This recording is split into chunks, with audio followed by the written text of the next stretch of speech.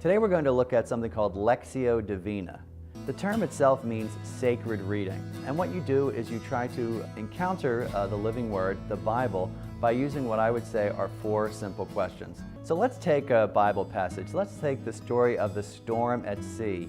You remember that Jesus is in the boat with the disciples. They think he's asleep, and a big storm comes up. They're terrified, and he rebukes the storm, and a great calm comes over the sea. In Lectio Divina, you would ask yourself four questions. First of all, what does the text say? It's a very basic question. What is going on? What is happening in the passage? Now, sometimes it might be a little unclear in terms of like Jewish customs and things like that, and you may want to consult with a Bible commentary or look at the footnotes.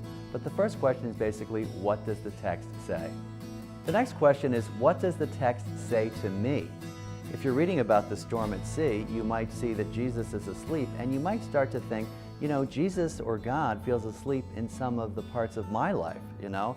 If you're sick or you're struggling, you might feel that Jesus is kind of asleep and you really aren't getting a lot of help. So this may be something that God might want to raise in front of you in prayer.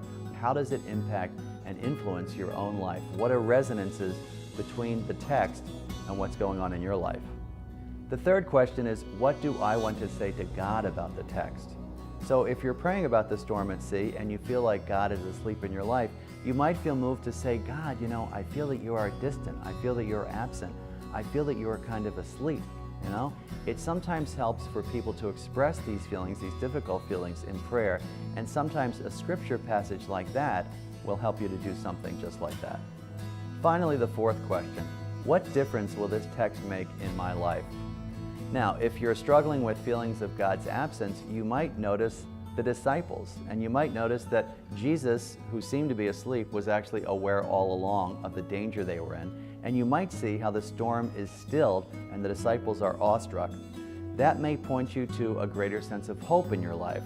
You may start to remember occasions in your life where it seemed like God was absent, but all along God was accompanying you. It may stir you to greater hope.